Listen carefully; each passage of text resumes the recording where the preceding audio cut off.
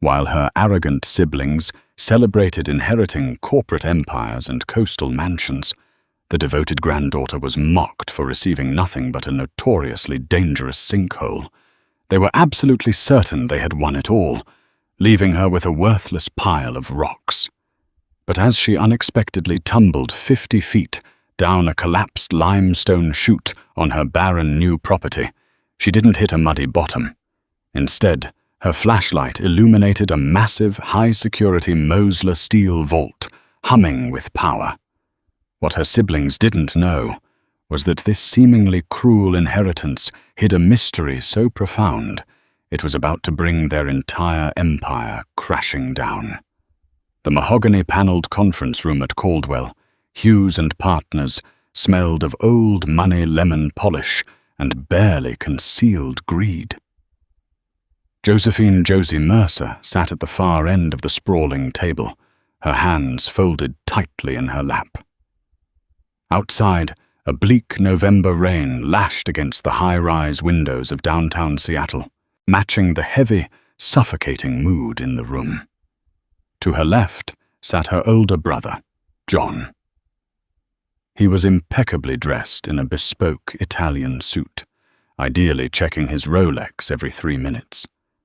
To her right was her sister, Stephanie, who had spent the last hour aggressively filing her nails, sighing loudly whenever the senior partner, Theodore Caldwell, cleared his throat. They were here for the reading of the last will and testament of Harrison Mercer. Harrison had been a titan of industry. In the late 1980s, he had famously outmaneuvered several major private equity firms to secure a near monopoly on regional freight logistics, amassing a fortune that the Wall Street Journal conservatively estimated at over $300 million. But to Josie, he hadn't been a ruthless CEO. He had been the man who taught her how to fish in the Puget Sound, the man who let her ride on his shoulders through the apple orchards, and in his final grueling years battling pulmonary fibrosis, the man she had entirely rearranged her life to care for. While John was expanding his own venture capital firm in New York, and Stephanie was wintering in Gstaad, Josie had moved back into the gloomy Mercer estate.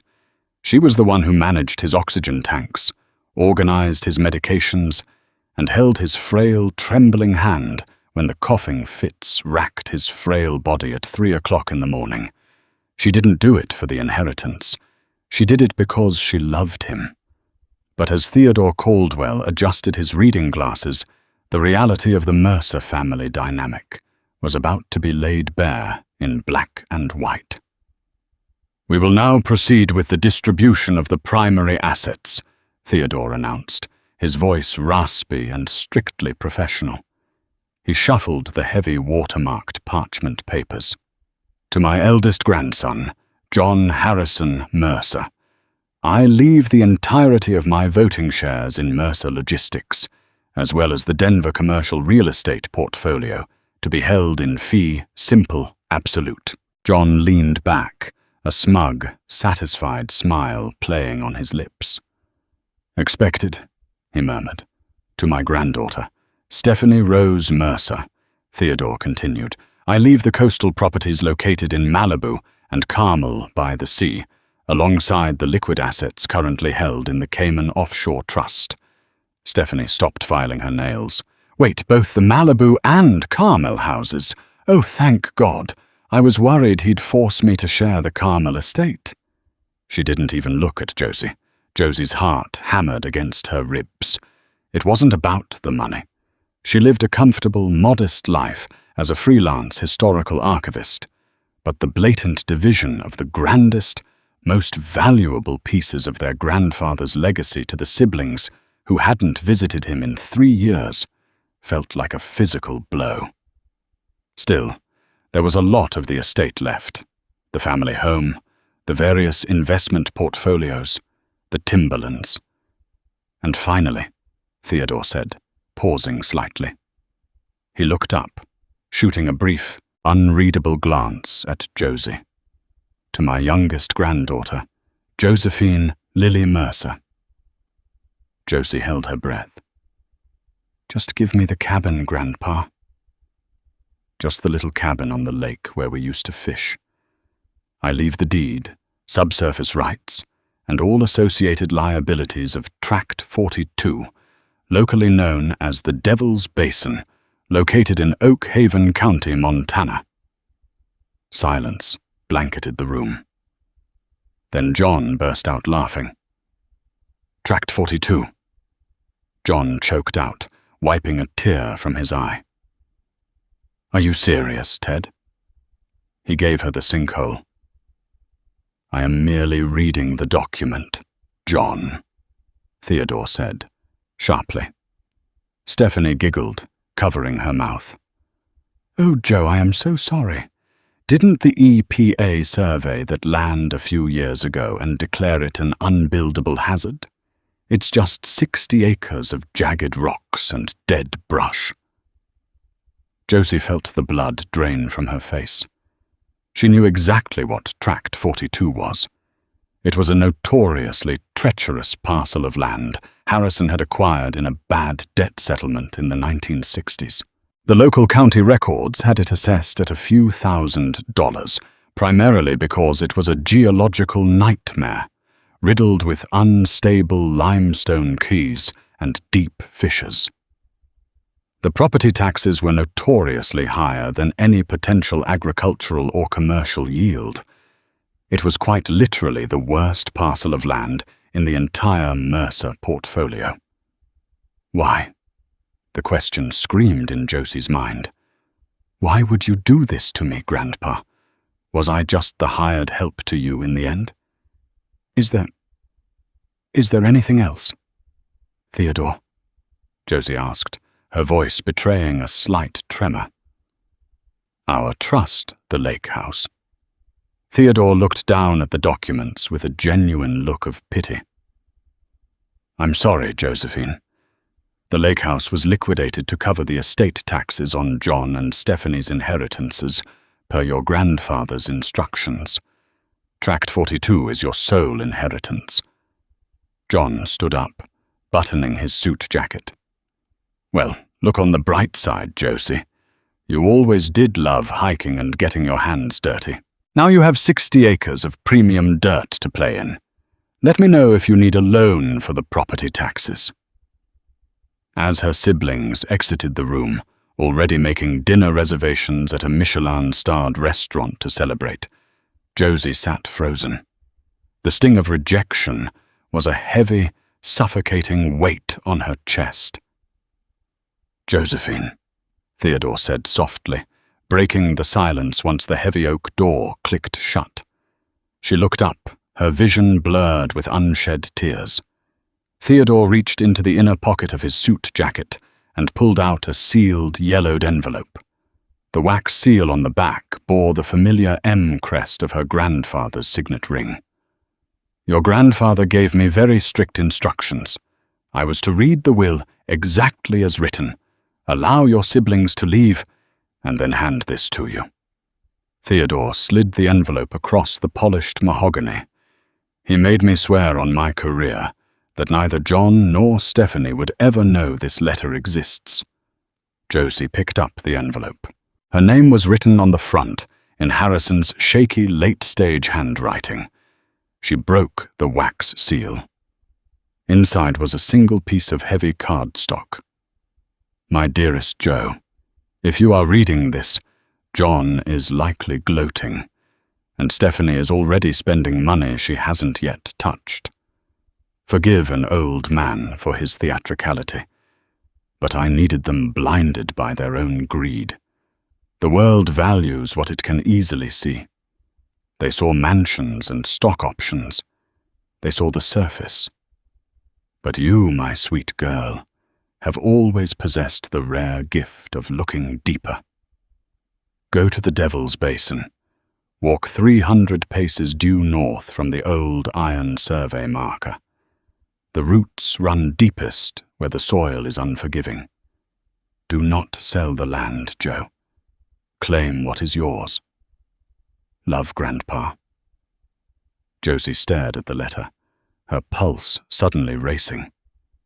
Harrison Mercer did not do things by accident. He was a master tactician, a man who built an empire on secrets and strategy. Tract 42 wasn't an insult. It was a map. 3 days later, Josie's rented Jeep Wrangler rumbled down a deeply rutted, unpaved logging road in Oak Haven County, Montana. The landscape was as brutal as her siblings had described. The lush, towering pines of the Pacific Northwest had given way to an arid, unforgiving expanse of scrub brush, cracked limestone, and twisted juniper trees. She pulled up to a rusty chain-link fence that sagged between two rotting wooden posts. A faded, bullet-riddled sign hung from the wire, "Private property, Mercer Estate, danger, unstable ground." Waiting for her by a beat-up pickup truck was Walter Higgins, a local land surveyor she had hired to help her find the property boundaries. Walter was a leathery, sun-baked man in his 60s who looked at Josie with a mixture of skepticism and pity. "You the Mercer girl?" Walter asked, spitting a sunflower seed into the dust as she stepped out of the Jeep. "I am. Josephine," she said, extending a hand. Walter shook it briefly. "Got to be honest with you, Miss Mercer. When you called asking for a boundary survey on the Devil's Basin, I thought it was a prank. Your granddaddy hadn't sent anyone out here in 30 years, not since the state geological guys almost lost a truck in one of the sinkholes." "I know its reputation," Josie said, pulling on a pair of heavy hiking boots and slinging a canvas backpack over her shoulders. "But it's mine now. I need to see it." Walter grunted. "Not much to see. Just rock rattlesnakes and holes deep enough to swallow a house. The old-timers say back in the 1920s, bootleggers used to try and navigate the underground caverns here to hide liquor, but half of them never came out. The limestone is like Swiss cheese. It's a liability, Miss Mercer. If I were you, I'd donate it to the state as a conservation tract and take the tax write-off." "Maybe I will," Josie lied smoothly. "But first, I need to find the old iron survey marker on the southern boundary." Walter raised an eyebrow but didn't argue. He pulled a topographical map and a GPS device from his truck. "Follow me. Step exactly where I step. I ain't hauling you out of a ravine today." The hike was grueling. The November air was bitterly cold, yet the sheer physical exertion of climbing over jagged limestone outcroppings left Josie sweating under her thick flannel jacket. Every few steps, the ground sounded hollow, a terrifying, booming echo that resonated beneath the soles of her boots, a constant reminder of the fragile crust of earth separating them from dark subterranean drops. After 40 minutes of navigating the treacherous terrain, Walter stopped and pointed with his walking stick. There she is. Protruding from a slab of white rock was a thick, rusted iron spike stamped with the letters USGS, 1968. "Thanks, Walter," Josie said, checking her compass. "I need to take a look around on my own for a bit. I'll meet you back at the trucks in an hour." Walter looked uneasy. "You sure about that? A storm's blowing over the ridge. Sky's getting that ugly, bruised color." Josie looked up. Dark, violent clouds were indeed rolling rapidly over the jagged peaks of the distant mountains, carrying the distinct smell of ozone and rain. "I'll be quick, I promise." Reluctantly, Walter nodded and began his descent back toward the road.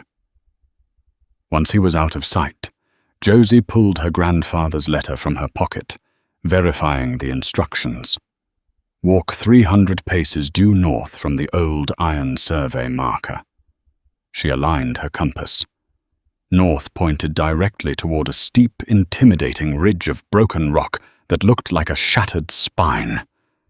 Taking a deep breath, she began to count. 1, 2, 3. The wind began to howl violently, whipping her hair across her face.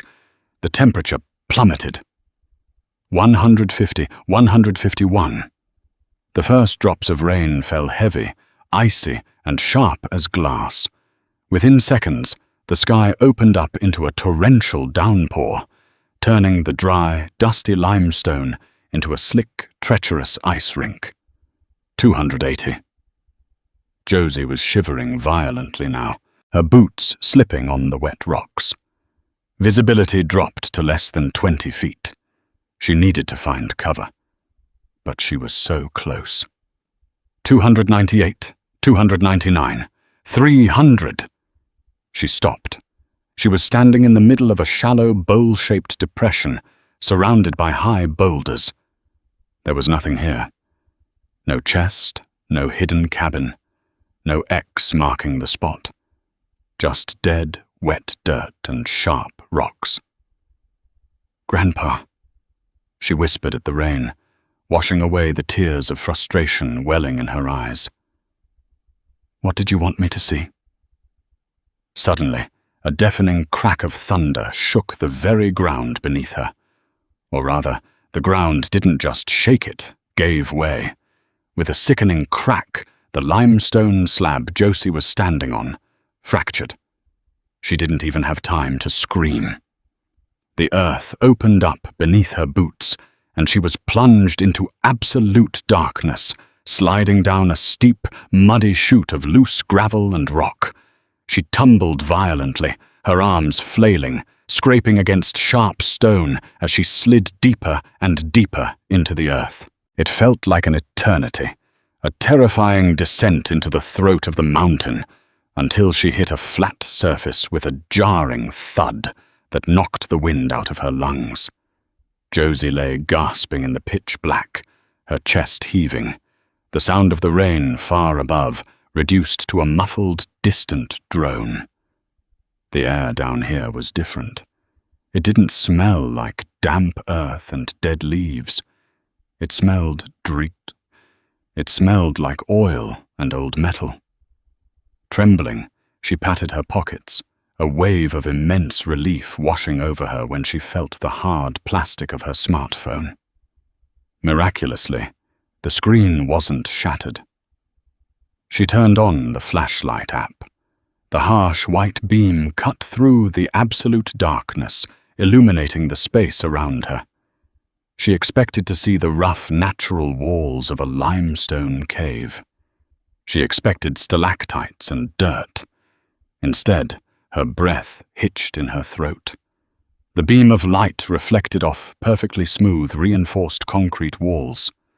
Thick, industrial wooden beams braced the ceiling, and running along this upper corner of the wall was a thick bundle of insulated electrical cables. Josie scrambled to her feet, ignoring the painful throbbing in her knee. She slowly swept the light across the cavern. This wasn't a natural sinkhole. It was a man-made subterranean bunker. She followed the tunnel. It sloped gently downward. The floor leveled and packed down. The space widened, opening into a massive underground chamber. And there, at the far end of the chamber, built directly into the solid rock face, was a door. It wasn't a wooden mine door. It was a massive circular steel vault door, the kind you would find in a high-security federal bank, adorned with heavy steel locking bolts and a polished brass wheel. Embossed on the steel was the faded logo of the Mosler Safe Company. Josie walked toward it as if in a trance, her footsteps echoing in the cavernous space. Why was there a bank vault buried 50 feet beneath a worthless stretch of Montana scrubland? She reached out her fingers, trembling as they brushed the cold steel of the vault. That was when she saw it. Right beside the antique brass wheel, completely contrasting with the decades-old steel of the door, was a sleek, modern, digital keypad, and a small red LED light on the keypad was steadily, quietly blinking. There was power down here. The vault wasn't a forgotten relic of the past. It was active. And whatever Harrison Mercer had locked inside was waiting specifically for her. Josie stared at the blinking red light on the vault's keypad, her mind racing through a chaotic catalogue of dates, numbers, and memories. A 6-digit code stood between her and whatever her grandfather had buried beneath the desolate Montana earth. Above her, the freezing rain poured through the fractured limestone ceiling, pooling in the mud at her feet. She had to think. Harrison Mercer didn't trust digital security. He trusted history. He trusted the tangible. She remembered the heavy gold pocket watch he always kept on his desk, a rare antique famously gifted to him by the reclusive aviation tycoon Howard Hughes, after Harrison secured a vital supply chain contract in the 1960s. Harrison used to let her hold it when she was a little girl. "The secret to power, Joe," he had told her, coughing through his oxygen mask during his final weeks, "is knowing the exact time to strike. The serial number engraved on the back of the Hughes watch. She had memorized it as a child." Trembling, her mud-caked fingers reached for the keypad. She punched in the numbers. 471968. The small LED light turned from crimson to a brilliant emerald green. Deep within the steel door, a series of heavy mechanical tumblers slammed into place with a sound like a thunderclap. The massive brass wheel groaned, turning on its own before the heavy Mosler vault door swung outward on perfectly oiled hinges, releasing a rush of dry, climate-controlled air. Josie stepped over the threshold, her jaw dropping. It was not a dusty cavern. It was a state-of-the-art subterranean command center. Rows of sleek, humming servers lined the reinforced concrete walls, their blue indicator lights casting an ethereal glow over the room. In the center sat a massive antique mahogany desk, an exact replica of the one in Theodore Caldwell's Seattle law firm. On the desk lay a single leather-bound ledger, an assortment of legal files, and a heavy fireproof lockbox. She approached the desk, her heart hammering against her ribs. She opened the ledger. The first page was a handwritten note in her grandfather's unmistakable scrawl. "My dearest Joe, if you are standing here, it means you possessed the grit to look past the ugly surface. Welcome to the true Mercer Empire." Josie pulled up the leather executive chair and began to read. For 2 hours, she sat in the humming silence of the vault, the magnitude of her grandfather's genius slowly washing over her. Harrison hadn't been a fool in his final years. He had been the ultimate architect. The documents proved that Tract 42, the Devil's Basin, was far from a worthless sinkhole. Tucked beneath the dense legal jargon was a highly classified geological survey commissioned in secret by Rio Tinto, one of the world's largest private mining corporations. The survey confirmed that the treacherous limestone network was actually the capstone for the most concentrated high-grade deposit of neodymium and scandium in North America.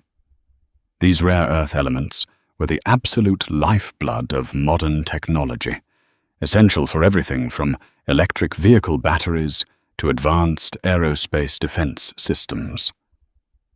The land she had inherited wasn't worth a few $1,000s. It was sitting on a conservative estimate of $4 billion in unmined minerals. But the true twist, the poetic justice that made Josie gawp in the silent room, was found in the legal files. Harrison had anticipated his other grandchildren's greed. He knew his eldest grandson would demand the logistics company, and Stephanie would demand the real estate and offshore cash. He gave them exactly what they wanted, but with a fatal invisible catch: 20 years ago, Harrison had quietly transferred the absolute ownership of the land beneath every single warehouse, distribution center, and coastal mansion into an anonymous holding company called Basin Trust. The operating companies that her siblings now controlled merely leased the land, and according to the bearer shares locked inside the fireproof box in front of her, Josephine Mercer was the sole uncontested owner of Basin Trust. Her older brother didn't own an empire. He was just Josie's tenant, and the moment he missed a lease payment, she had the legal right to seize every truck, warehouse, and asset he thought he commanded. She leaned back in the chair, the shadows of the vault dancing across her face. The quiet, dutiful caretaker who had wiped her grandfather's brow and suffered the endless mockery of her siblings, was gone. In her place sat the most powerful landowner in the Pacific Northwest. It was time to go back to Seattle. 3 weeks later, the atmosphere inside the boardroom of Caldwell Hughes and Partners was utterly toxic. Her older brother paced furiously in front of the floor-to-ceiling windows, screaming into his smartphone. "What do you mean the title is encumbered? I am the CEO. I inherited the commercial real estate, free and clear. Blackstone Group is waiting to close this buyout in 48 hours. And if you tell me we don't own the ground under the Denver hub, I will sue your firm into oblivion." He ended the call, hurling his phone onto the mahogany table. Stephanie sat in the corner, her usual arrogant demeanor replaced by wide-eyed panic. "My offshore accounts are frozen too. The bank manager said the primary dividend feed was legally redirected yesterday morning. What is happening?" Theodore Caldwell sat calmly at the head of the table, sipping a cup of Earl Grey tea. "I believe the new majority stakeholder has arrived to explain it to you." The heavy oak doors swung open. Josie walked in. She wasn't wearing her usual oversized wool sweaters or practical hiking jeans. She wore a sharply tailored midnight blue Armani suit, her hair pulled back into a sleek, commanding style. Flanking her were two ruthless-looking corporate attorneys, each carrying thick leather briefcases. Her brother stopped pacing, staring at her in utter disbelief. "Josie, what are you doing here? Did you fall into one of your sinkholes and hit your head?" "Take a seat," Josie said. Her voice didn't shake. It was cold, precise, and vibrated with unquestionable authority. "Excuse me?" He sneered, stepping toward her. "This is a closed board meeting for the equity partners.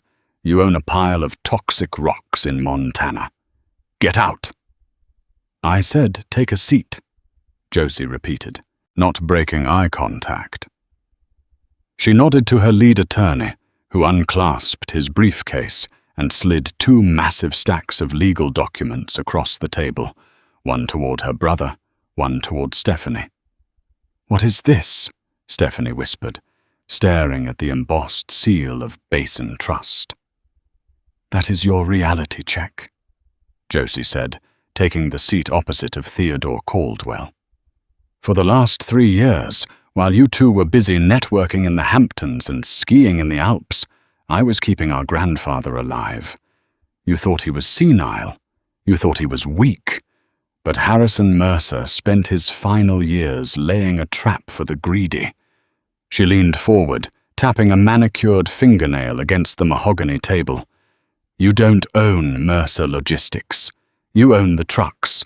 I own the asphalt they park on. I own the land beneath the Denver hub, the Seattle port, and the coastal mansions in Malibu.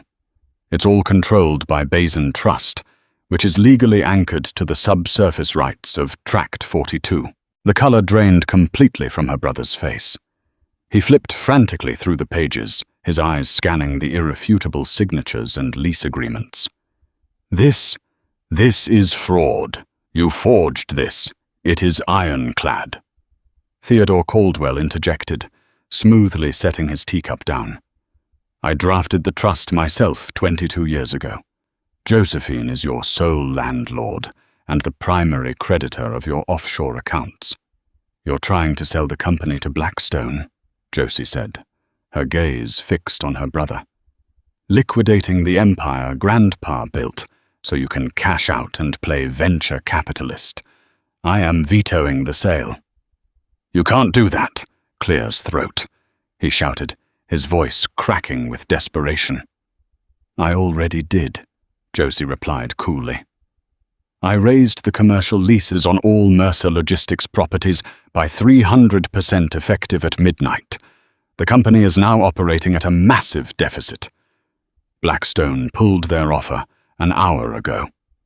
Your stock options are essentially worthless. Stephanie began to cry, burying her face in her hands. Joe, please, we're family. You can't leave us with nothing. I don't know how to live without that money. Josie looked at the sister, who hadn't bothered to attend their grandfather's funeral because she had a scheduling conflict with a wellness retreat. She felt a brief flicker of pity, but it was quickly extinguished by the memory of Harrison's labored breathing in his final days. I'm not leaving you with nothing, Josie said softly. Grandpa taught me that roots run deepest where the soil is unforgiving. So I am giving you the opportunity to grow. She slid 2 fresh contracts across the table. These are employment contracts. Your brother will remain CEO, but your salary is strictly capped. Your bonuses are eliminated, and you will report directly to my holding company. You will actually have to work to keep this logistics network alive. If you increase our market share by 10% over the next 5 years, I will begin vesting equity back into your name. She turned to her sobbing sister. Stephanie, your Malibu house is being converted into a corporate retreat. You are being relocated to the Denver office to oversee regional accounts. You start Monday at 8 o'clock in the morning. I don't know anything about regional accounts, Stephanie wailed. Then you better learn fast, Josie said, standing up and buttoning her suit jacket. Because if either of you refuses, I will call in the debts, foreclose on every single asset, and you will both be completely bankrupt by Fide. The silence in the boardroom was absolute. The power dynamic hadn't just shifted, it had been completely obliterated. The untouchable heirs had been reduced to middle management, working entirely at the mercy of the sister they had treated like a servant. Josie turned toward the door, pausing just before she exited. She looked back at her stunned, defeated siblings. Enjoy your inheritance, she said softly as she walked out into the cool Seattle afternoon. The rain had stopped, the clouds had parted, and for the first time in weeks, the sun was shining down bright and golden on the true heir of the Mercer Empire. If you loved this story of ultimate revenge and family drama, make sure to hit that like button. Do you think Josie was too harsh on her siblings, or did they get exactly what they deserved? Let me know your thoughts in the comments below. Don't forget to share this video with your friends and subscribe to the channel for more incredible twists-filled storytelling every single week. Turn on notifications so you never miss a tale.